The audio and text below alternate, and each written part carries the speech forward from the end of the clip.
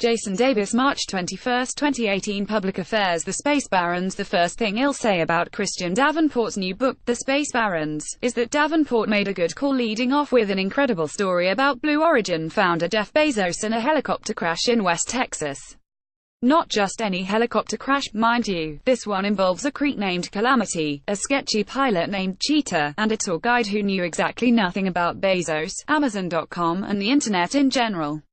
I was actually a little worried the helicopter story would make the book feel front-loaded, but fortunately, it didn't. There's plenty of meat throughout the rest of the Space Barons to keep readers interested, even those who already know a lot about the commercial space industry. The Space Barons focuses on SpaceX, Blue Origin, and Virgin Galactic, with an emphasis on their eccentric leaders, Elon Musk, Jeff Bezos, and Richard Branson. There's also a lot about Paul Allen, who bankrolled Spaceship One, the first private vehicle to reach space. Davenport had access to all four people, as well as some of their inner circles, and this allows him to offer new insights on events both known and not well known. One example is from 2013, when a Dragon spacecraft suffered a stuck thruster during its second paid cargo run to the International Space Station. As engineers in SpaceX Mission Control frantically worked on the problem, Lori Garver, deputy NASA admin, Bill Gerstenmaier, head of NASA Human Spaceflight, and Michael Suffredini, ISS program manager, watched quietly.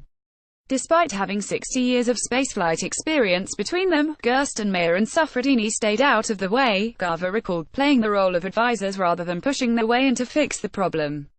And it was almost like Grandpa taking them fishing. Try over there.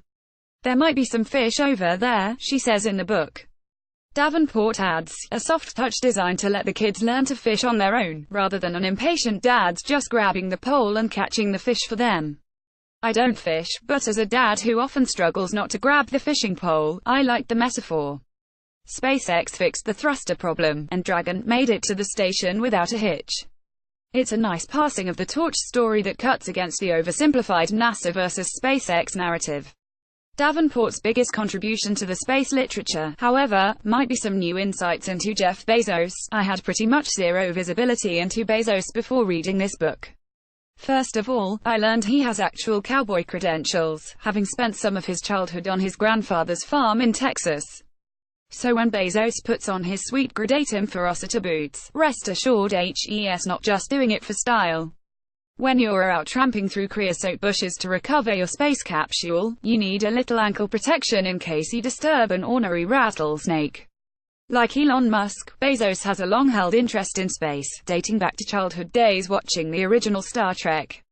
Whereas Musk wants to colonize Mars as a backup for Earth, Bezos wants to preserve the Earth by doing all our dirty work in space. He says that Earth should be like a national park, zoned residential and light industrial. And while Musk paints colonizing Mars as the ultimate adventure, Bezos is a little less excited about leaving home. In one quote, he rattles off all the things that Mars doesn't have, and won't have for quite a long time. No whiskey, no bacon, no swimming pools, no oceans, no hiking, no urban centers. There's not a lot of insight into how Blue Origin builds its rockets, which is perhaps not surprising, given the company's secrecy. There are, however, some fascinating insights into how SpaceX keeps costs down. A chapter called Dependable or a Little Nuts rattles off a long list of ways SpaceX has saved money over the years, including a $30 Dragon cargo latch to replace a $1,500 latch, a rocket alignment tool purchased on eBay, and a modified commercial air conditioning unit to keep payloads cool on the launch pad instead of their usual $3 a $4 million specialty version. The book also has some interesting tangents beyond the major players, such as a brush up on Beale Aerospace, one of the first serious commercial rocket companies. There's a fun recap of Bezos' quest to recover Apollo 11's F-1 engines from the ocean, and a side trip to a 1920 New York Times editorial scolding Robert Goddard for believing a rocket engine would work in a vacuum. If the Space Barons has an overall message, it's pretty straightforward. These companies and leaders changed the rocket business, and they're still changing it today. The book also reminded me of just how stunning the rise of these commercial companies has been.